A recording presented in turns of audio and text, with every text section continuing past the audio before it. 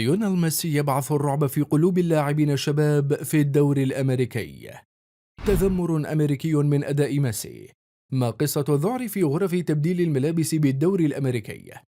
مؤخرا تم تقديم عدد كبير من الشكاوى ضد النجم الكبير ليونيل ميسي لاعب انتر ميامي إلى إدارة الدوري الأمريكي، وقد تضمنت الشكاوى انزعاج أهالي اللاعبين من المستوى المرتفع جدا لميسي مقارنة مع أبنائهم لاعبي الدوري الأمريكي، وإن وجود ميسي في الدوري يؤثر سلبا على أداء أبنائهم.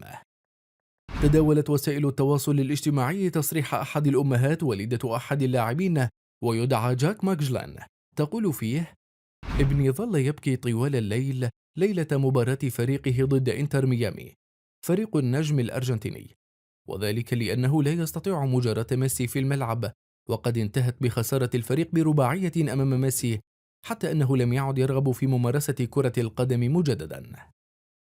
وقالت أخرى والدة أحد لاعبي أورلاندو سيتي إن الفريق بأكمله كان مرعوبا يوم مباراتهم ضد انتر ميامي، حتى أنهم كانوا خائفين من الخروج من غرفة تبديل الملابس إلى الملعب. وتقول أخرى: هذا ليس عدلا، منذ انضم ميسي إلى فريق ميامي أصبح النادي لا يقاوم. ميسي أفضل بكثير من أطفالنا الذين باتوا يشعرون بعدم الرضا عن أنفسهم. مطالبين بإبعاد ميسي عن الدوري وأن يذهب للعب مع فرق بمستوى أدائه، ما يوضح مدى خوف الأهالي على أبنائهم واعتراضهم على مستوى ميسي المرتفع، مؤكدين أن مشكلتهم ليست شخصية مع ليونيل ميسي نفسه، فهو رجل مسالم ومتواضع، ولكن المنافسة لابد أن تكون عادلة، وإلا سوف يكون لزاما عليهم سحب أبنائهم من الدوري الأمريكي للمحترفين ونقلهم لدوريات محلية.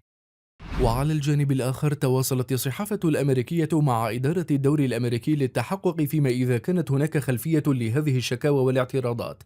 وقال مانوري ميندوزا الذي يعمل منسقا إعلاميا في إدارة الدوري إن لا فكرة لديه عما يجري، وإن إدارة الدوري لن تعلق على هذه الأخبار، في إشارة منها إلى تكذيب هذه الادعاءات التي نشرها موقع ساخر ولاقت رواجا كبيرا على وسائل التواصل الاجتماعي، وهو موقع ذا يونيون الذي ينشر مقالات ساخرة وتعتبر مقالته مصدرا للسخرية والفكاهة، وعلى ما يبدو أن هدفه هو تسليط الضوء على الفارق الكبير في الأداء بين ميسي وبقية اللاعبين في الدوري الأمريكي الذي لا يتعدى مستوى دوريات الشوارع والحارات.